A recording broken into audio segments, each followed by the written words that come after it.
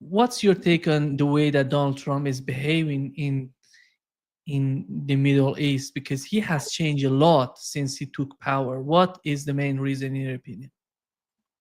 Well, you have to remember that his main donors are ardent Zionists. He's beholden to them. He's basically following the direction of Israel on virtually every issue. I thought for a while that the attacks on Yemen might be a substitute for an attack on Iran. That is to say, he could show that he was supporting Israel against an Iranian client, the Houthis. Houthis, of course, are quite independent in what they do, but they do get support from Iran. And so this is arguably a blow against Iran. The problem with it, of course, there are many problems with it. It's illegal. It is unconstitutional. There is no declaration of war by the United States against Yemen to justify this. But mostly it's ineffectual. It's not as though Yemen hasn't been bombed for 10 years. Yemenis apparently know how to deal with that. And Yemen has been the only country in the region, or indeed anywhere, to stand up completely for the Palestinians as they are subjected to genocide. So Yemen, when Israel, which of course it violated continually and which it's now torn up, Yemen suspended its blockade in Red Sea of ships headed to Israel or owned by Israel. It has now resumed it because Israel has resumed the genocide. So Yemen has been very consistent, very brave, very tough, and it just not yielded. And there's no more reason to believe that these attacks by Mr. Trump will have greater success than the attacks by the Biden administration did. So I think this is an expensive and exhausting thing for the U.S. Navy, assisted by the British Navy. And there's some refueling of aircraft, evidently out of Cyprus by the British. But it's not very unlikely to yield anything. The only thing it could possibly yield would be a counterattack in the form of terrorist action against the United States, like 9/11.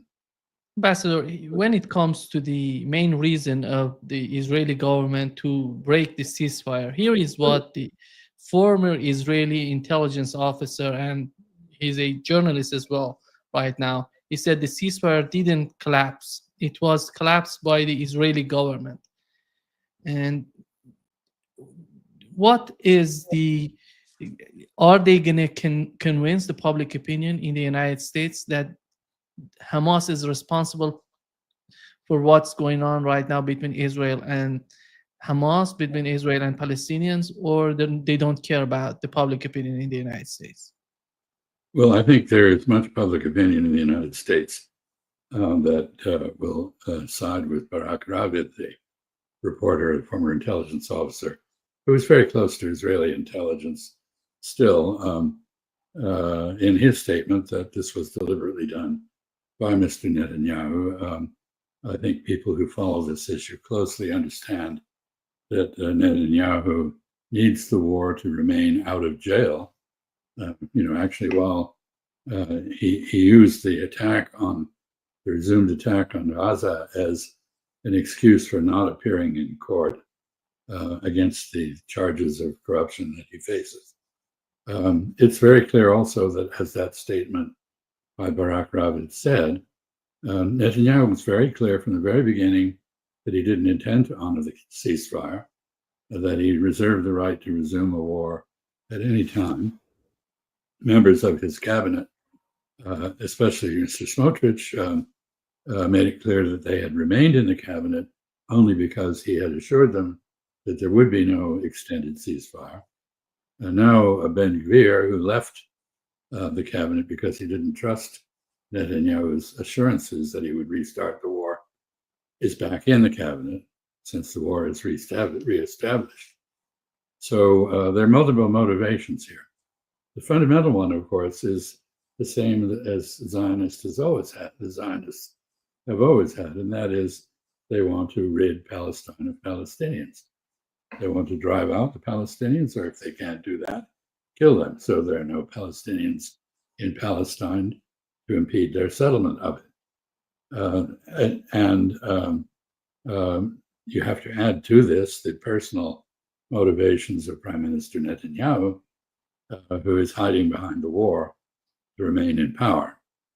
So you have a combination of Zionist objectives and Mr. Netanyahu's personal interests at stake.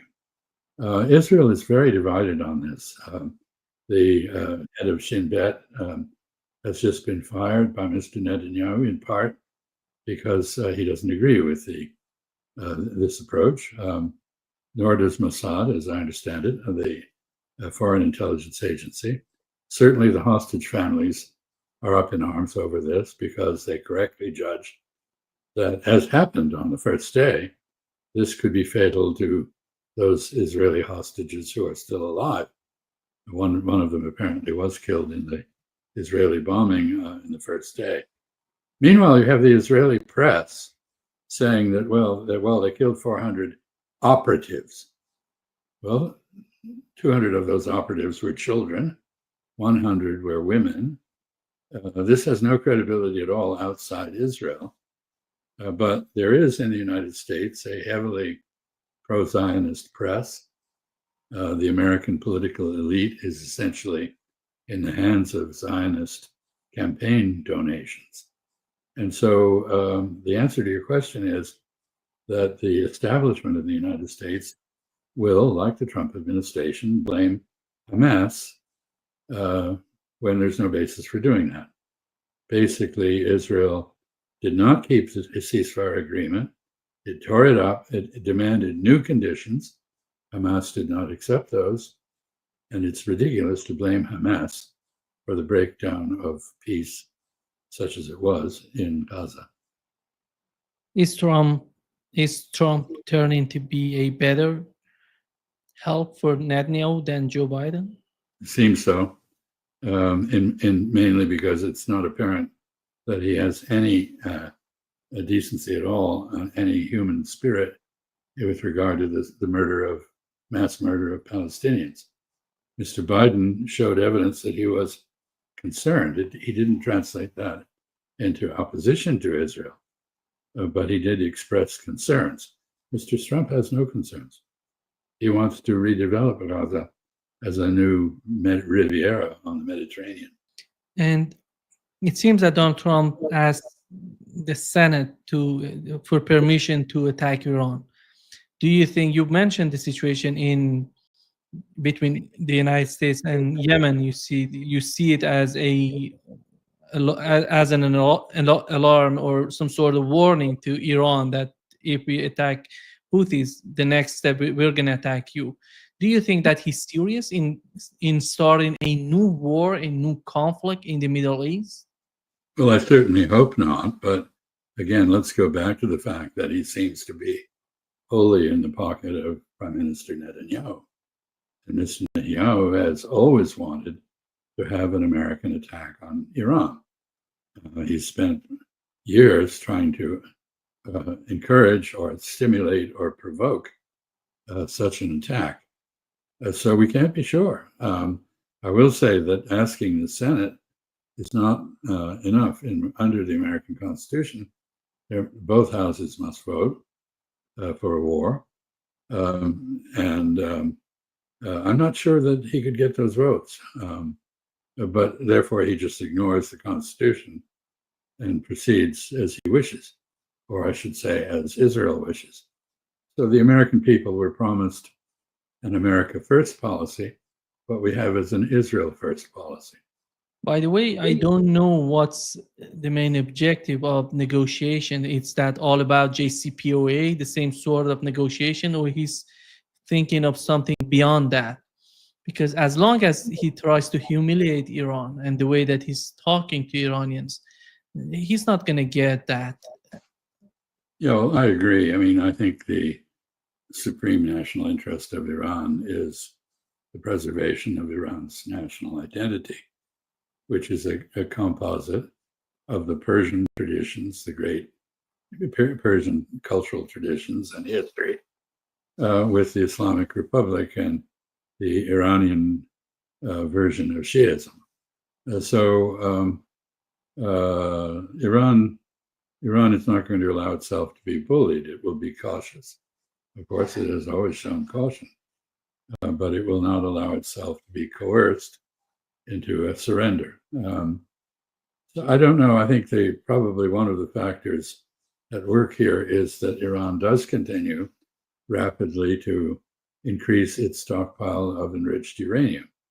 It is not enriched to weapons grade, but just below it, which means that in a matter of weeks, Iran could produce enough weapons grade uranium to build a nuclear weapon, assuming it has done the other engineering studies required, because there's a requirement when building a nuclear weapon for precision engineering of a way of pushing the various masses of uranium together with sufficient speed and force to cause them to begin to fission at a rapid rate, and thereby they basically explode.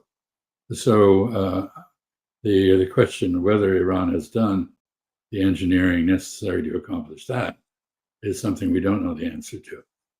But we do know from the IAEA, the International Atomic Energy Agency, and other sources that the centrifuges which separate higher grade uranium from lower are whirling at great speed all over their clandestine locations in Iran. So this may provide some sense of urgency to the United States, but I think in the end, the motivation here is more to pacify Israel and to follow Israel's desires and to appease donors, Zionist donors, than it is any specific objective with respect to Iran. Israel wants regime change in Iran. It wants to humiliate Iran. It wants to do to Iran what it has done to Syria. I don't think the United States agrees with that. I think there would be quite a bit of opposition, by the way, from the American military to any order to attack Iran. But I suspect in the end they'd obey orders and do so. So this is a dangerous moment.